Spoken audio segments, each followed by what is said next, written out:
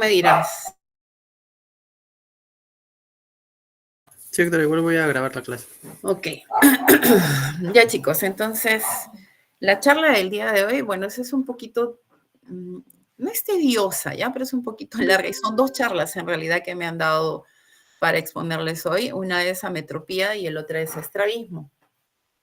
Yo creo que estas dos, ustedes que ya están finalizando sus prácticas, lo han visto con mucha frecuencia en sus rotaciones, ¿no? Las ametropías son el pan de cada día en la consulta oftalmológica. Estrabismo muy poco, ¿no? Pero sí las ametropías es lo que más vemos en consulta. Entonces, primero, antes de hablar de las ametropías, tenemos que definir qué es un estado refractivo normal. Entonces, esto quiere decir que un estado refractivo normal es la localización de la imagen proyectada sobre la retina, obviamente. Está formada a partir de un objeto situado en el infinito óptico a través de un ojo sin intervención de la acomodación. O sea, todas las imágenes que percibimos en el infinito llegan hacia la retina sin que éste tenga acomodación, o sea, cero medida. El paciente es un paciente emétrope. Como ven en esta vista, esta es una vista normal, podemos ver bien de lejos, bien de cerca, es una imagen que se proyecta en un paciente con visión normal, un paciente métrope. Para nosotros ver la agudeza visual de los pacientes, podemos utilizar distintas cartillas. Esta es la de Logmar, tenemos la de Snell, existe una serie en realidad de pantallas y dispositivos para ver la agudeza visual. ¿Qué es entonces una metropía? Es una anormalidad refractiva, es un defecto anatómico del ojo, donde la imagen que vamos a percibir no se va a proyectar adecuadamente en la retina. Esta puede proyectarse detrás o delante de ella. Esta tiene etiología hereditaria y ¿en qué casos vemos esto adquirido? En los pacientes que tienen traumatismos o adelgazamientos de las córneas, quemaduras, todo lo que pueda alterar la córnea, ¿no? Esas son ametropías adquiridas, que es raro, ¿no? La mayoría son hereditarias. De las ametropías tenemos las esféricas y las cilíndricas. Las esféricas, ¿cuáles son? La miopía y la hipermetropía. Las cilíndricas, el astigmatismo. Entonces, ¿qué es la miopía? Es un defecto refractivo en el cual ocasiona una visión borrosa de lejos. Entonces, un paciente miope va a ver muy mal de lejos, pero de cerca ve perfecto, ¿no?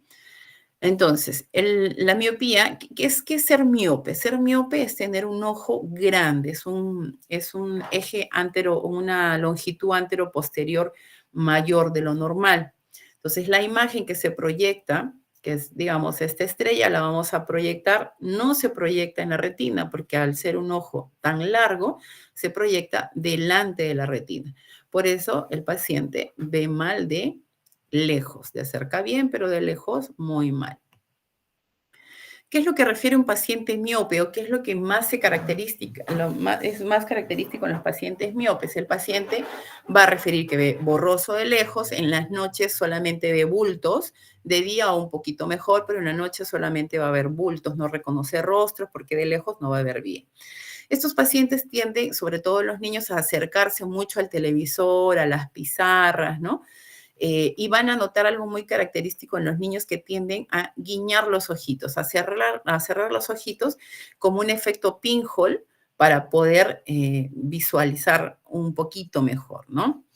Estos pacientes, contrario a lo que uno piensa, el paciente miope suele ser muy buen estudiante, a diferencia de los otros pacientes que son hipermétropes o que tienen astigmatismos altos. Ellos sí, al no ver, son pacientes inquietos, nunca prestan atención. En cambio, el miope, al ver bien de cerca, no tiene problemas, no son malos estudiantes, no suelen ser tan hiperactivos como otros niños, ¿no? La miopía, existen tres tipos: la axial, la miopía de curvatura y la miopía de índice. Un miope, esta imagen, ¿recuerdan la anterior? Se veía claro de lejos y claro de cerca. En cambio, el miope, ven la imagen, la parte posterior se ve toda borrosa y la parte de las flores se ve nítida. Así ve un paciente miope. Entonces, la miopía axial, ¿a qué se refiere? Es la longitud anteroposterior del ojo. Un ojo normal mide aproximadamente entre 23 y 24 milímetros, ¿ya? Este es un tamaño normal. La imagen se proyecta sobre la retina sin ningún problema. Este es un paciente hemétrope. Pero miren un paciente con miopía. Es tan grande su globo ocular que la imagen se vaya a proyectar aquí adelante. Entonces, las longitudes axiales de los pacientes miopes pueden ser 25, 28, 30, ¿no? Los pacientes altos miopes, que son pacientes con menos 20, son ojos inmensos, ¿no? Por lo tanto, son ojos bastante adelgazados. La miopía de curvatura, ¿a qué se refiere? No se refiere a la parte anterior, a la parte posterior del globo ocular, se refiere a la curvatura de la córnea.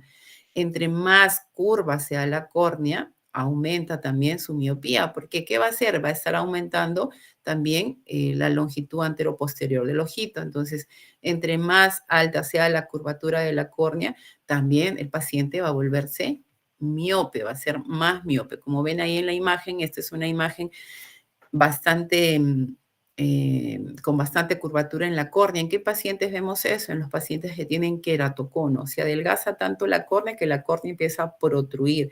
Por eso aumenta su curvatura. Entonces es un miope por curvatura, no es un miope axial, sino por curvatura aumentada de la córnea. Esta puede ser de la córnea o del cristalino, pero generalmente lo vemos en pacientes con enfermedades en córnea.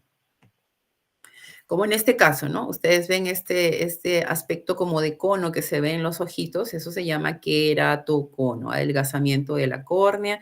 Esto puede ser en pacientes frotadores crónicos, en pacientes alérgicos, pacientes que viven en zonas de altura, tienden a manipularse mucho los ojitos, adelgazan la córnea y esta córnea pierde esa fuerza de contención y empieza a protruir.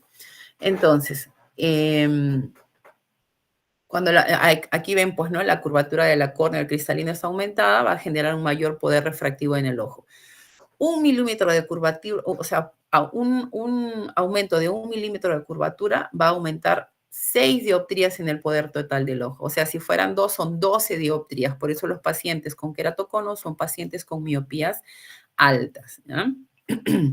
Estos dos son queratocono y eso de aquí es un edema corneal. La miopía de índice, ¿a qué se refiere? El índice refractivo del ojo va a aumentar en los pacientes que tienen, por ejemplo, los pacientes que son diabéticos. ¿Qué pasa con el cristalino? El cristalino se va a bombar, por lo tanto, aumenta su índice. Los pacientes que tienen cataratas nucleares o precataratosos también va a aumentar el índice. En los pacientes que tienen edemas corneales también va a aumentar el índice de la córnea, pero generalmente lo vemos aumentado en el cristalino, en pacientes precataratosos y en pacientes diabéticos. Por eso el paciente diabético, el día del paciente que tiene catarata, muchas veces refiere, doctora, de repente estoy viendo mal de lejos, pero he empezado a ver mejor de cerca porque se está volviendo miope por el aumento del índice del cristalino. Aquí vemos cataratas. Esto hace que aumente entonces el índice del cristalino. Entre más durita la catarata esté, más opaco esté el cristalino, mayor índice va a paciente puede ver de cerca un paciente cataratoso. Entonces, la miopía la podemos clasificar también en miopía baja, moderada y alta. Baja, todos los pacientes con menos de 3 dioptrías. Moderada, entre 3 y 6 dioptrías. Y las altas, por encima de 6. Pero también existen las miopías malignas o las miopías degenerativas, que son las mayores de 10. ¿Por qué le decimos degenerativas? Porque se adelgaza tanto la retina de estos pacientes que pueden tener o son propensos a desgarros retinales o desprendimientos retinales o afectan la mácula, se elonga tanto el tejido que empieza a haber ruptura de las capas de la coroides también, de la retina. Entonces son pacientes que hacen retinopatías miópicas, por lo tanto con baja visión. Como ven aquí, esto es una retina bastante adelgazada, se ven los vasos coroideos, ¿no? Eso no es normal. Aquí A las justas se puede percibir el nervio óptico y alrededor del nervio óptico hay una atrofia peripapilar. Está tan adelgazada esa zona que se ve media blanquecina de lo delgado que es, ¿no? En esta otra diapositiva vemos pacientes con retinas atigradas, así le decimos. Se adelgaza tanto la retina que podemos ver todas las estructuras posteriores, que en este caso es la coroides. Contrario al miope, ¿quién está? El hipermétrope. Entonces, el defecto refractivo de la hipermetropía, estos pacientes van a ver muy mal de lejos y de cerca, ¿ya? Aunque si es una hipermetropía pequeña, su visión de lejos no va a ser tan mala, ¿ya? Pero su visión de cerca sí es pésima en el paciente hipermétrope. Entonces, un hipermétrope con medidas bajitas no va a tener problemas de lejos, de cerca sí, ¿ya? Pero si fuera un hipermétrope alto, ni de lejos ni de cerca, ¿ya? Como vemos aquí, el paciente hipermétrope ve muy mal de cerca, de lejos no bien definido, porque no es un paciente que tenga buena visión de lejos. Ve, pero no bien definido. Igual aquí, el principio óptico de estos pacientes hipermétropes, todas las imágenes que van a percibir se van a proyectar detrás de la retina. ¿Por qué? Porque es un ojo pequeño, su longitud anteroposterior es pequeña, es menos de 23. Estos ojitos son 22, 20, 19, son ojos sumamente pequeñitos. Estos pacientes con ojos pequeños son los candidatos para hacer glaucoma. Estos ojitos pequeños tienen un alto riesgo de hacer glaucoma de ángulo estrecho por lo pequeños que son. ¿Qué va a referir un paciente hipermétrope? Ellos son los que van a tener más fatiga visual, cansancio visual, dolor de cabeza con mucha frecuencia, tienen esa dificultad para la lectura, para la escritura. Estos pacientes hipermétropes altos, los niños sobre todo, son los que tienen bajo rendimiento escolar.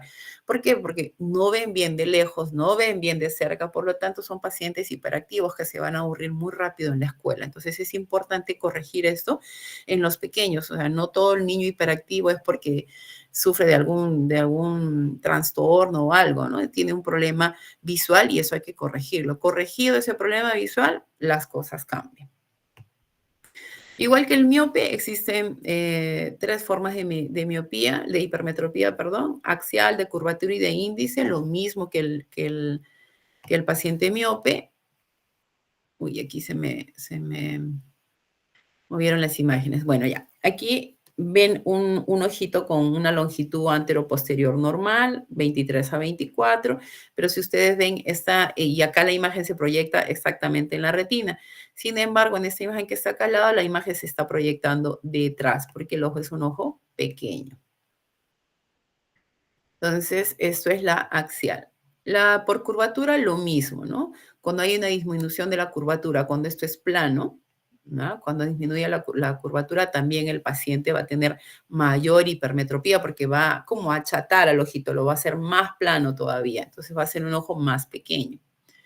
Y el de índice, lo mismo, ¿no? Este es el de curvatura igual. Esto se me han movido las imágenes. Aquí vimos un ojito normal y aquí vemos cómo la imagen se proyecta porque esta córnea está plana. Entonces, todo lo que haga más pequeño el ojo va a hacer que las imágenes se proyecten detrás de la retina.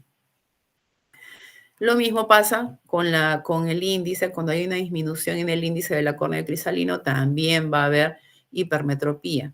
Eso también lo vemos en pacientes cataratosos, ¿no? Ahora, ¿cómo se clasifica la hipermetropía? Puede ser también facultativa, absoluta y latente. ¿Qué quiere decir esto? La facultativa es la que se compensa por el mecanismo de acomodación. Entonces, ¿qué hace el cristalino? Este se va a acomodar, por lo tanto, va a tratar de llevar, ustedes ven aquí, la imagen se proyecta detrás de la retina, pero con la acomodación la puede llevar delante de la retina. ¿Esto quiénes hacen esta acomodación? Los niños. Los niños tienden a tener muy buena acomodación. Entonces, ellos ocultan medidas porque su músculo ciliar ayuda a que el cristalino se acomode. Entonces ellos tienen esa fuerza, por eso tienden a ocultar medidas. Por eso a los niños generalmente los refractamos, generalmente los hipermétropes, los refractamos bajo cicloplegia, o sea, dilatamos a los pacientes para romper esa acomodación y poder darle toda su medida. La absoluta es la que no hay forma, es un paciente hipermétrope, no hay forma, ellos no acomodan, entonces son pacientes generalmente con medidas altas, hagan lo que hagan, esos pacientes hay que corregirlos nada más, hay que darles sus lentecitos porque ellos van a ver muy mal, ¿no? Hagan lo que hagan, no hay acomodación, la imagen siempre se va a proyectar detrás. Y la latente es una hipermetropía que va a estar oculta. Esta la puede tener un niño, un adulto, cualquiera. Entonces, porque el músculo ciliar aún tiene esa fuerza y oculta medidas, igual que la acomodativa. Entonces, está su hipermetropía, pero la sabe ocultar con el paso del tiempo. Este poder de acomodación o de la tonicidad del músculo ciliar se va a ir perdiendo. ¿A partir de qué edad? De los 40, 45 años, ya se hace evidente esta hipermetropía latente, ¿no? Ahora, astigmatismo. ¿Qué es el astigmatismo? El astigmatismo es un estado refractivo del ojo en el cual la luz, al pasar por la córnea o el cristalino, va a formar dos focos de imagen, porque vamos a tener dos meridianos, el más curvo y el más plano. Entonces, entre más alto sea el astigmatismo, el paciente va a ver más distorsionado y va a empezar a ver como imágenes sombreadas, medias inclinadas. Por eso estos pacientes con astigmatismo son pacientes que tienden a confundir las letras. Entre más alto sea, mayor dificultad va a tener. Entonces, como ven aquí en esta imagen, se ve sombreada, ¿ya? Se ve como si estuviera viendo doble el paciente. Esto es, así ve un paciente con astigmatismo. Un astigmatismo no corregido, el paciente va a ver todo sombreado o doble. ¿Qué hacen los pacientes entonces que tienen astigmatismos altos? Van a optar por posiciones viciosas, ¿no? Tienden a inclinar la cabeza. Estos pacientes con astigmatismo están muy asociados a alergias. Los pacientes alérgicos, la mayoría de los pacientes alérgicos que tienen conjuntivitis alérgica, tienen astigmatismos bastante altos y son pacientes frotadores crónicos, son pacientes que se frotan con mucha frecuencia. Entonces, estos que tienen vicios posturales, enrojecimiento del ojito porque hay picor, porque hay alergia, y esos pacientes, pues entre más alto sea el astigmatismo, ni de lejos ni de cerca, ¿no? Entonces, también, entre más altos sean los efectos refractivos, en el caso de astigmatismo y hipermetropía, son pacientes que no van a ver ni de lejos ni de cerca. Por lo tanto, también son niños inquietos, ¿no? Niños que tienden a moverse mucho porque no ven bien. El astigmatismo se clasifica por posición focal, por estructuras, por tipos y por ejes. Por posición focal, en un astigmatismo puede ser miópico simple. ¿Qué quiere decir? ¿Qué quiere decir esto? Que una línea focal se encuentra en la retina, como ven acá, y la otra va a estar delante de ella. Entonces, esto es un miópico simple. El hipermetrópico simple, astigmatismo hipermetrópico simple, ¿qué quiere decir? Que una línea focal se va a encontrar en la retina y la otra detrás de la retina. Existe el miópico compuesto. Ambas líneas se van a localizar delante de la retina. El hipermetrópico compuesto, ambas líneas o ambas imágenes van a proyectarse detrás de la retina. Existe lo mixto, uno adelante y otro atrás, ¿ya? Entonces, eso es por posición focal, donde se proyectan las imágenes. Es una forma de clasificar a los pacientes con astigmatismo.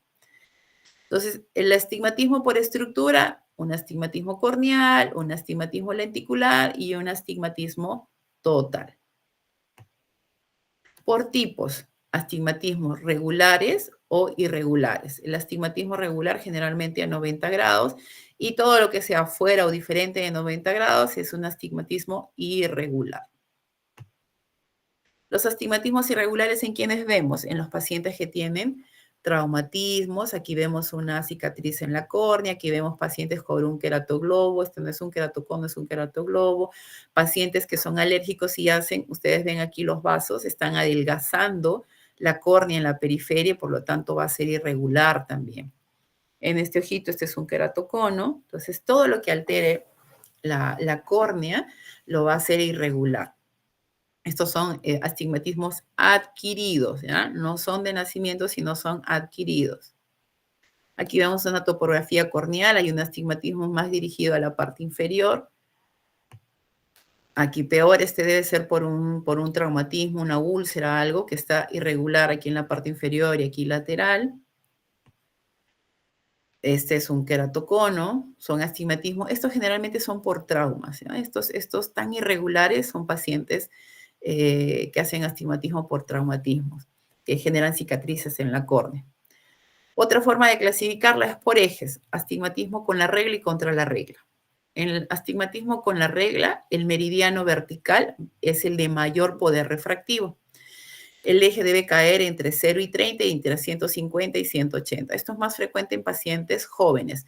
Estos pacientes son fáciles de refractar. Uno les pone el astigmatismo en su meridiano vertical y se refractan súper rápido. No tienen problemas para la refracción. Los pacientes contra la regla, estos se ven más en pacientes mayores. ¿Por qué? Porque el párpado empieza a pesar, empieza a ser más laxo y cae, por lo tanto aplasta un poquito el ojo, por lo tanto el meridiano horizontal va a ser el de mayor poder refractivo, a diferencia del niño, que su párpado todavía es normal, no está caído, el meridiano vertical es el de mayor poder refractivo. En los pacientes adultos o en los ancianos, el meridiano de mayor poder refractivo va a ser el horizontal. También no son difíciles de refractar, es fácil de refractar. Su eje se va a encontrar entre 60 y 120.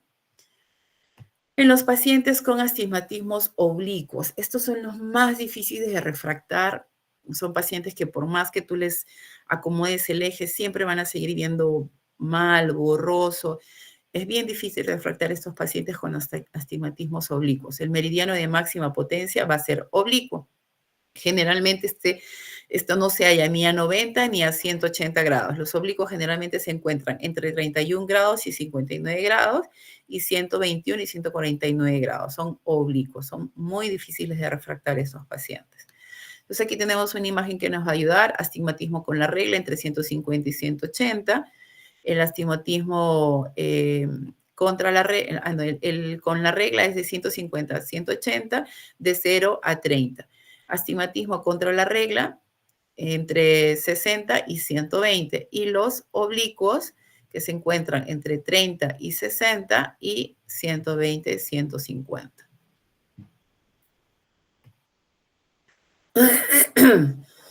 Ok. ¿Cómo se clasifican los astigmatismos? Insignificantes, bajos, moderados y altos. Un astigmatismo de 0,75, el paciente lo tolera bien, muchos de ellos no usan lentes, no les incomoda.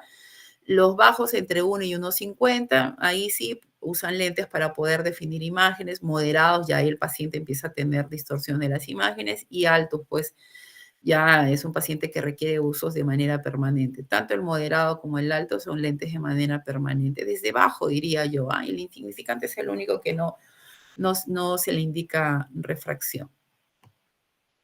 ¿Cómo evolucionan entonces las ametropías? Cuando todos nacemos hipermétropes, nacemos con ojos pequeños y a medida que vamos creciendo nos llegamos a ser hemétropes, o sea, 0 medidas, o algunos se van hacia la miopía porque el ojo sigue creciendo, ¿ya? En la edad escolar la mayoría empieza a presentar miopía y a los 20 años, actualmente esto ha cambiado, ya no es el 20%, yo creo que un poco más porque actualmente hacemos mucha actividad de cerca, hacemos mucha actividad de cerca y entonces aumenta la miopía por esa actividad cercana. Entonces, en los primeros años de la edad adulta no se presentan muchas afecciones, pero cuando empezamos a partir de los 40, 45, la mayoría de los pacientes empezamos a perder esa acomodación y empieza a aparecer la presbicia, la famosa presbicia que nos dificulta la visión de cerca. ¿ya? Y en los pacientes con hipermetropías latentes, no solamente pierden la visión de cerca, sino también su visión lejana, y esto a partir de los 40, 45 años. Entonces, en la vejez obviamente se van a presentar alteraciones, pero por la catarata, ¿no? Porque el paciente empieza a tener cataratas, empieza a perder visión, se empieza a miopizar, ¿no? Entonces, esa es la evolución de las ametropías en el tiempo. El astigmatismo, entonces, en los niños empezamos contra la regla, después van haciendo oblicuo y se va haciendo con la regla. En los adultos con la regla y terminan contra la regla u oblicuos, dependiendo de la laxitud del párpado que tengan. Entonces, los niños siempre empiezan contra la regla y los adultos con la regla. Esto es más o menos el desarrollo de la agudeza visual en el tiempo. Cuando recién nacemos, el paciente tiene una agudeza visual de 20/400, 20/200, y a medida que vamos creciendo y desarrollándonos, a los 6 meses 20/100, 20/70, al año 20/60, 20/50. Generalmente a los 5 años ya un paciente debería estar viendo 20/20, ¿no? Por eso es importante actualmente evaluar a los pacientes desde pequeños, ¿no? En estas evaluaciones que hacen del niño sano, deberían a todos los pacientes hacer una evaluación de la agudeza visual, porque estos defectos refractivos se tienen que corregir antes de tiempo para que el paciente no quede con ojo perezoso, con una ambliopía, porque esto le va a generar problemas posteriores. Entonces, es bueno que sepan cuánto debe ver un paciente entre un recién nacido y los 5 años, ¿no? Porque no voy a pedirle a un niño de 2 años que vea 20/20 cuando todavía no se ha desarrollado lo suficiente. Entonces, con que vea 20/40 estamos bien. Pero ya a los 5 años es un paciente que debe estar viendo como un adulto 20/20. Entonces, esto va de la mano con la otra charla, que es el estrabismo. Los pacientes con estrabismo, por ejemplo, que no son corregidos, los pacientes ya con ametropías que no son corregidas, van a tener problemas de estrabismo, ¿no? Entonces es importante por eso los defectos refractivos, sea cual sea, miopía, hipermetropía, astigmatismo, se deben corregir antes de los 6 años de edad. Nosotros podemos trabajar tranquilamente con niños que colaboren a partir de los 3 años, pero si vemos un paciente de meses con estrabismo, pongan una esotropia marcada, que es acomodativa, le ponemos lente a un niño de 6 meses, a un niño de 1 año. Claro, a ellos hay que refractarlos no como a un adulto, que uno lo siente en un autorrefractómetro y le pone en la cabecita. No, en un niño no se puede hacer eso. A un niño lo tenemos que sedar, lo hacemos bajo anestesia y utilizamos un aparatito que se llama retinoscopio y unas cajitas que son para medir a los pacientes dormidos. Entonces, si un niño pequeño, menor de 3 años, tiene estrabismo y esto está asociado mucho a su defecto refractivo alto, sea hipermetropía, astigmatismo, miopía, nosotros lo refractamos al niño para que desde pequeño empiece a usar lentes y evitemos que el paciente quede ambliope y posteriormente presente estrabismo. Entonces es importante corregir los defectos refractivos. Muchas veces los papás no le dan importancia a la corrección de los defectos refractivos. O muchas veces he escuchado en consulta, no le pongo lentes porque después se va a acostumbrar a usar lentes. No, el paciente ve mal, hay que corregirle su mala agudeza visual. No que se va a acostumbrar. Él nació así porque uno de los padres tiene el defecto refractivo.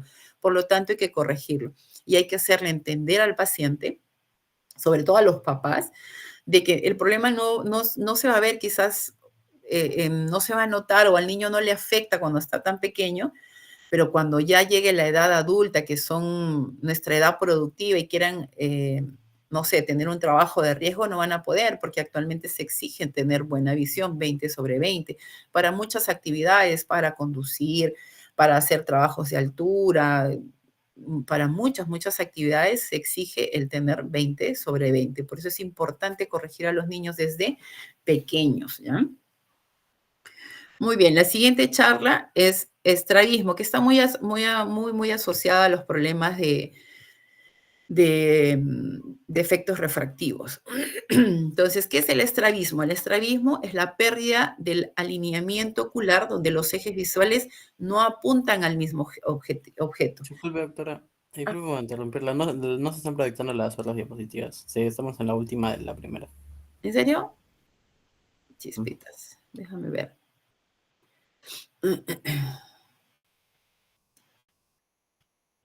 Ya, entonces nos vamos acá.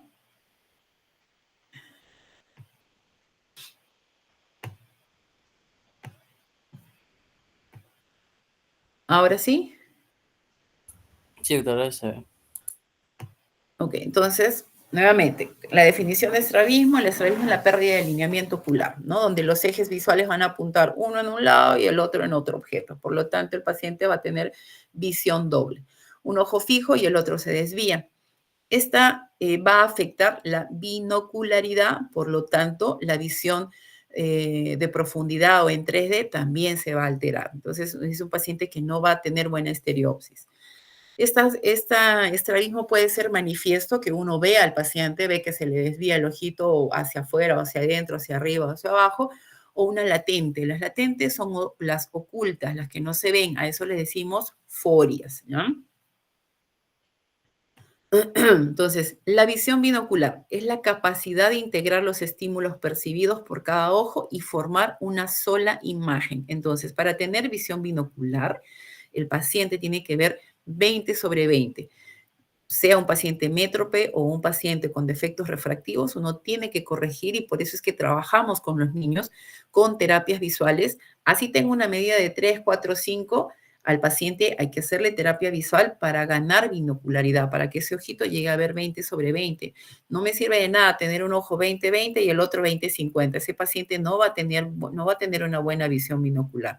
Por eso les recalco, es importante trabajar en niños para ganar esa visión binocular, porque se va a alterar también, como les dije hace un rato, la visión en 3D, la visión en profundidad, esa estereopsis se ve alterada. Además que también esto requiere un equilibrio perfecto entre de los sistemas motores y sensitivos del ojo. Entonces, todas esas tres cosas tienen que funcionar bien para que el paciente tenga buena visión binocular. Entonces, para tener esa buena visión binocular, ambas retinas deben ser estimuladas en un mismo punto.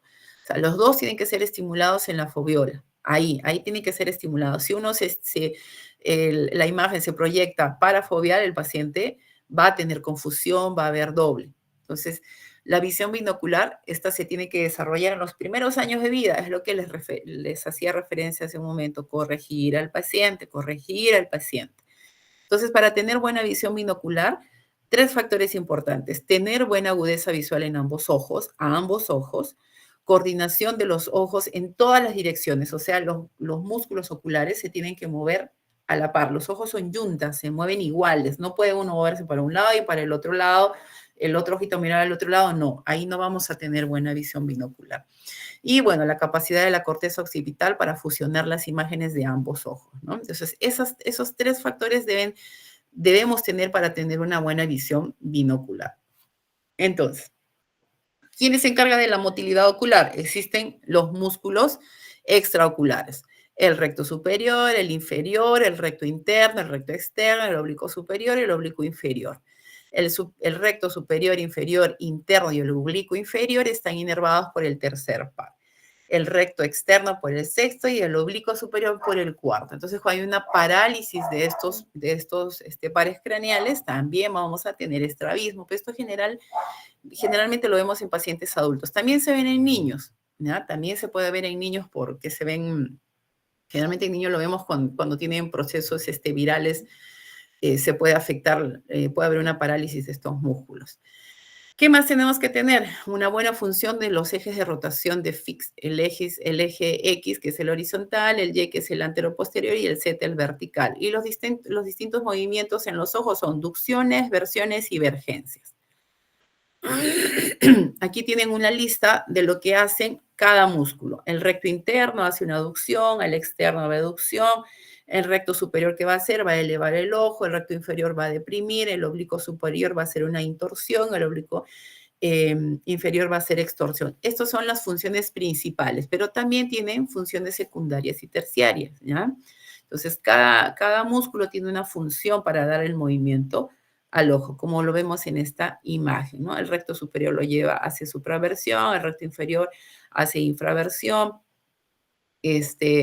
También el recto superior, aquí, bueno, hace mención al recto superior derecho y al oblicuo inferior izquierdo, que hace una supraversión. Entonces, cada uno de los músculos se encarga de esta posición de la mirada. Entonces, cuando uno va a evaluar a un niño con estrabismo, tiene que evaluarlo en todas las posiciones de la mirada. Posición primaria, mirando siempre de frente. Cuando uno va a evaluar a un paciente con estrabismo, tiene que sentarse a la altura del paciente. No nos sirve que yo esté arriba y el paciente esté abajo. Siempre tenemos que estar sentados a la altura para poder evaluar los movimientos oculares. Y solo tienen que mover los ojitos, no la cabeza, porque si no, no se va a poder evaluar bien al paciente. Entonces, siempre hay que evaluar al paciente en todas las posiciones de la mirada. La etiopatogenia del estrabismo en realidad es una etiopatogenia bastante compleja, con múltiples y numerosas variables. Eso generalmente va a afectar a un 4% de la población. Las alteraciones estarían determinadas en muchos de los casos por herencia familiar. Está poligénica o multifactorial, más o menos en un 30-40% de los pacientes con estrabismo, ¿no? Cuando hay alguna falla a cualquier nivel de la binocularidad es que vamos a tener este problema del estrabismo. Entonces, existen fallas a nivel sensitivo, motor, neurológico, puede ser genético, perinatal. Todos estos van a afectar el desarrollo de la binocularidad y de la fusión de los pacientes. Estos pacientes van a tener alterado entonces el fenómeno de la fusión, por lo tanto, esa visión doble el paciente no la va a tolerar. El desarrollo entonces de la agudeza visual se completa, como les dije en la charla anterior. A los 5 años un paciente ya tiene que estar viendo 20/20. Si no ve 20/20, ya se está alterando, ya va a haber ambliopía, ojo perezoso, y ahí vamos a empezar a tener problemas. Si ese ojo perezoso no se corrige, si es una ambliopía severa y es un 20/200, 20/400, ese ojito, como no ve, se va a desviar y empezamos a tener problemas de estrabismo. ¿En quiénes más vamos a tener problemas de estrabismo? Por ejemplo, la parte motora, los pacientes que tienen paresias o restricciones, pacientes que han tenido fracturas de piso y queda atrapado el músculo también, los pacientes que tienen orbitopatía de Graves también van a tener problemas de la parte motora. La sensitiva, la que les mencioné, ¿no? Las ametropías, las anisometropías, todas las que son alteraciones no sé, de la retina o pacientes que tienen deprivación visual. ¿En qué casos? Los pacientes que tienen catarata, tumores, todo lo que quite la visión también va a generar ambliopías o diga estrabismo. La clasificación, podemos clasificarlas por etiología, son primarios en el 80% de los casos y secundarios en un 20%. Las funcionales, estas van a ser lesiones que afectan la formación de la imagen. Esto quiere decir una deprivación sensorial. Es lo que les mencionaba hace un rato. Los pacientes que tienen cataratas, por ejemplo, ¿no? Ellos van a tener esa deprivación sensorial, no van a poder percibir imágenes, por eso ese ojito se va a desviar. Alteraciones de la relación convergencia-acomodación. Estos son los pacientes que tienen defectos refractivos altos, los hipermétropes sobre todo. Los hipermétropes son los que tienen mayor posibilidad de hacer estrabismo. En los paralíticos es compresión de los nervios oculomotores. Aquí tenemos compromisos este es del cuarto y este es del tercer par. En los restrictivos tenemos aquí atrapamiento esto es una enfermedad, una orbitopatía de Graves, que hace que el ojo, como hay un aumento del crecimiento de los músculos oculares, empuja el ojo hacia abajo y hacia adentro. O los pacientes que tienen fracturas también, fracturas de piso, atrapa el músculo oblicuo inferior y jala, entonces es restrictivo.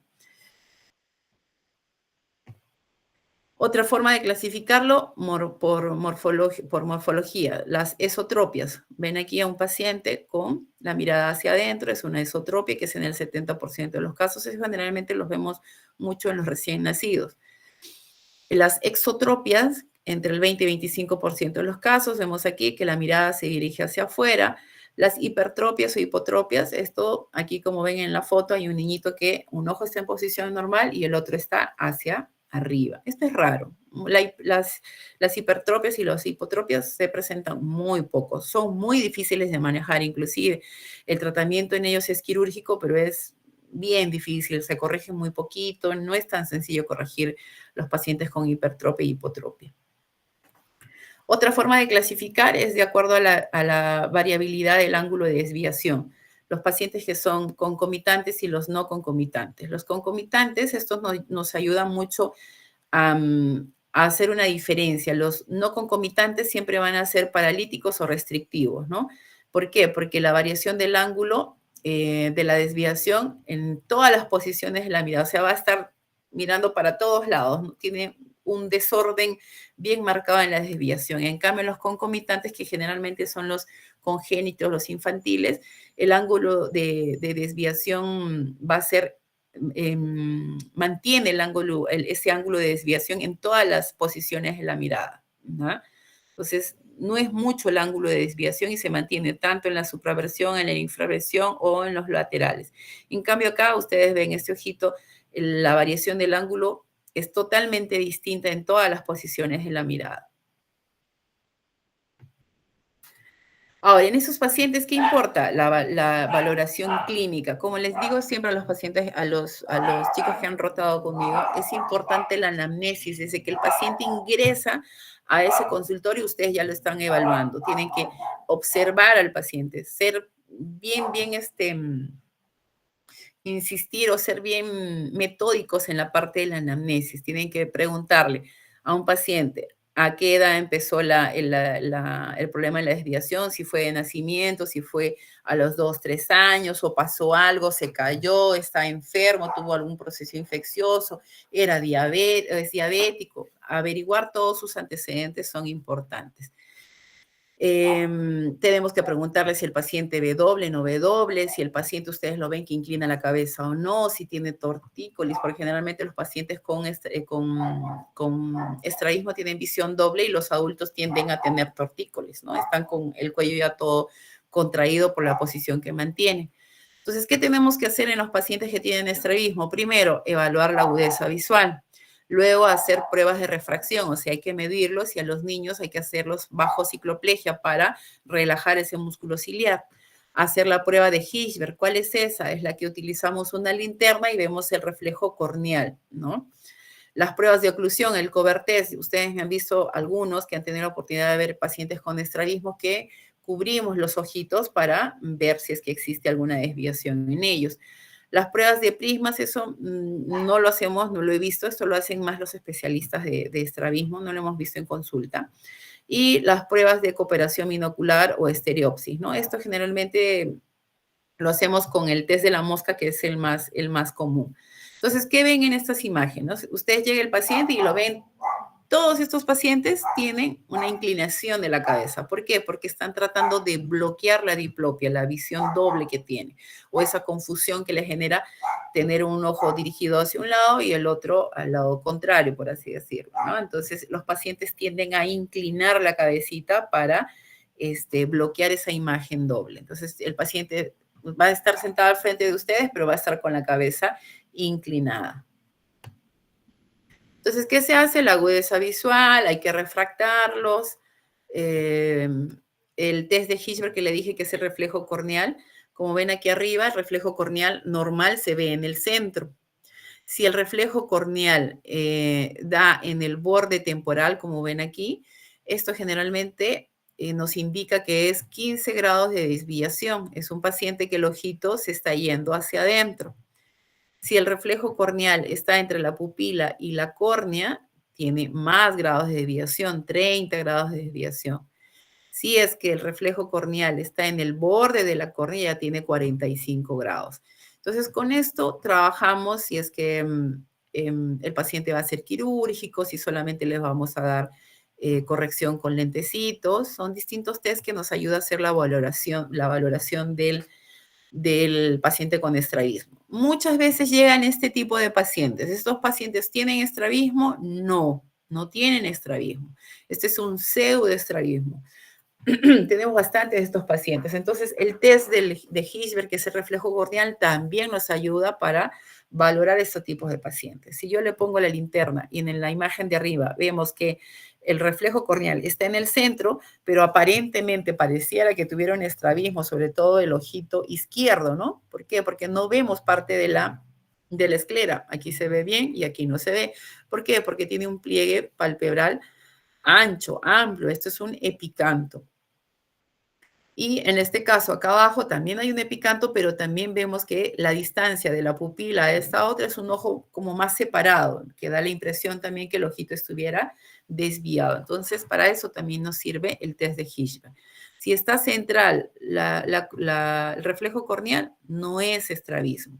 Igual siempre uno le pide al paciente o al familiar que lo traiga cada 6 meses para ir valorándolo, porque a estos niños les falta todavía de desarrollar el puente nasal. Una vez que desarrollen ese puente nasal, van a elevar un poquito eso y va a mejorar esta percepción que tienen, ¿no? De pareciera que estuviera desviado el ojito.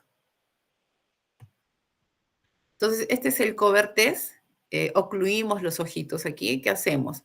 Aquí, como ven en la imagen de abajo, este es un paciente en posición primaria. Le cubrimos el ojo.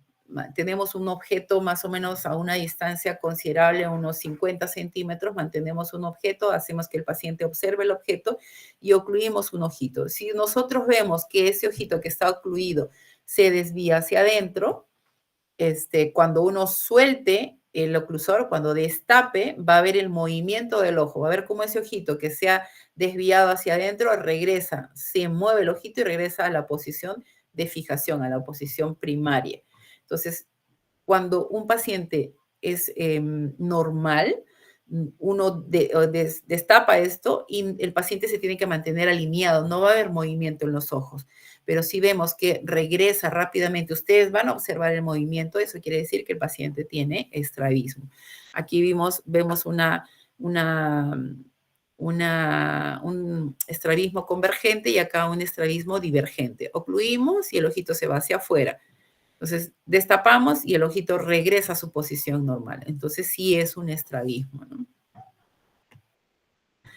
La valoración de la profundidad de estereopsis, como le dije, la cartilla que más utilizamos es el test de la mosca.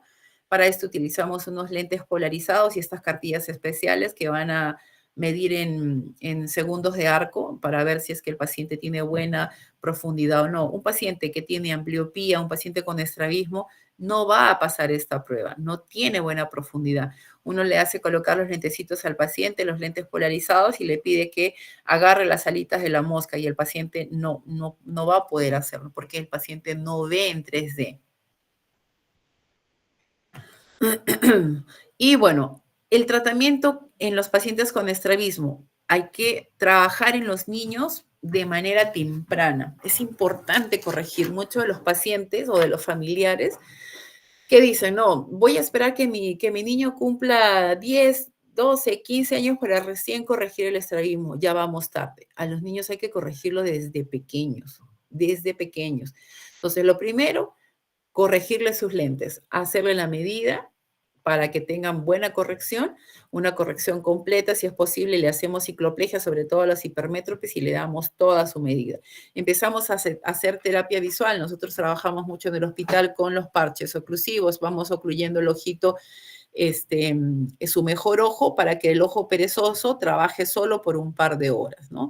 Entonces, los trabajamos en visión cercana, los mandamos a hacer, no sé, jueguitos, rompecabezas, legos, aunque existen muchos,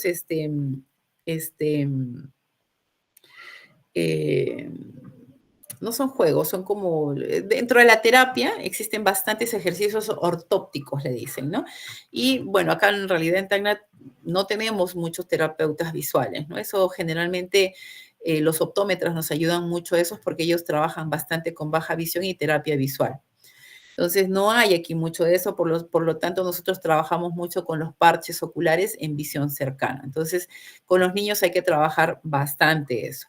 Corregirlos, hacerles su terapia visual con la oclusión, si es que podemos, hacer ejercicios ortópticos y cirugía en casos ya que vemos que a pesar de que lo hemos corregido, a pesar de que le hemos puesto sus lentecitos, no mejora su estrabismo, ya van a cirugía. Y la cirugía tiene que ser lo antes posible, antes que el paciente haya quedado con ojo perezoso. Entonces, el objetivo de esta terapia en los niños es lograr buena visión binocular y prevenir de esa manera la ambliopía.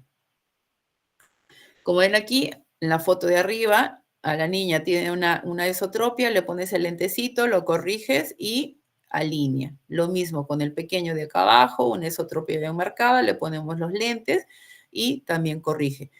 Entonces, nosotros colocando los lentecitos podemos alinear los ojos. Estos pacientes tienen estrabismos acomodativos, o sea, por defectos refractivos altos. Por eso es importante corregirlos desde pequeño. El tratamiento de adultos, bueno, hay que ver la causa base, ¿no? Muchas veces es una patología neurológica cuando hay parálisis del tercero, cuarto, sexto paro. En ellos podemos utilizar lentes con prismas cuando ya el paciente ya son adultos y tienen estrabismo. Ya con ellos utilizar cirugía es más por cuestión estética, porque ellos ya aprendieron a ver de manera parafobial. Entonces, si yo quiero operar a un adulto y le muevo su eje visual, el paciente va a ver doble. Entonces, en ellos trabajamos prismas nada más para poder tratar de llevar la imagen en su eje visual y deje de ver doble, ¿no?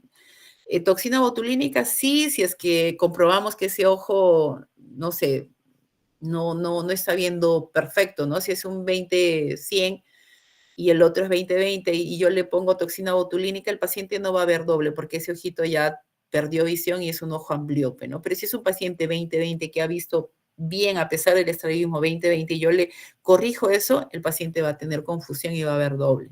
Por eso es importante corregir desde pequeños. Entonces, ¿cuál es la finalidad o el objetivo del tratamiento en los adultos?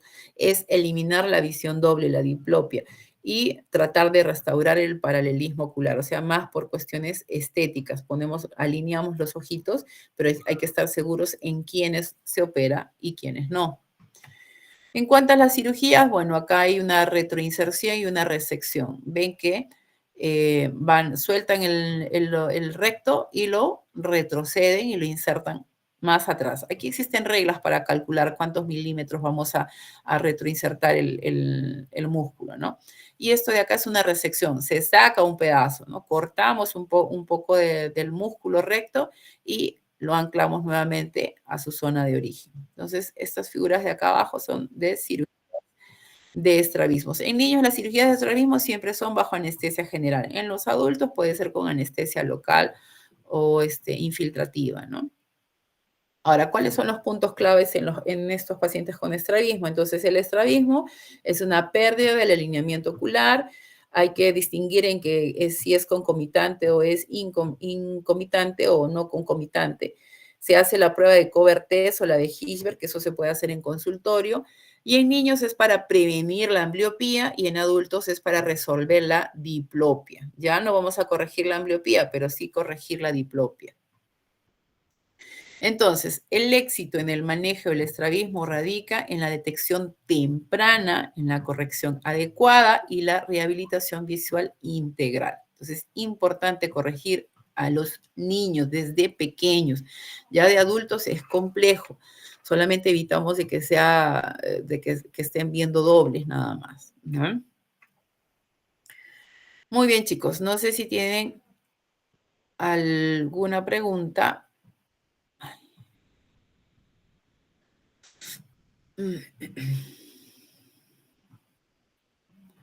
¿Están ahí? Parece que no hay preguntas, doctora. Ok. Entonces, espero que aprueben el examen, ¿ah? Espero que aprueben el examen. Su jefe del curso ha pedido que les hagamos casos clínicos, así es que espero que aprueben el examen. Espero sinceramente que lo aprueben. Muy bien, chicos.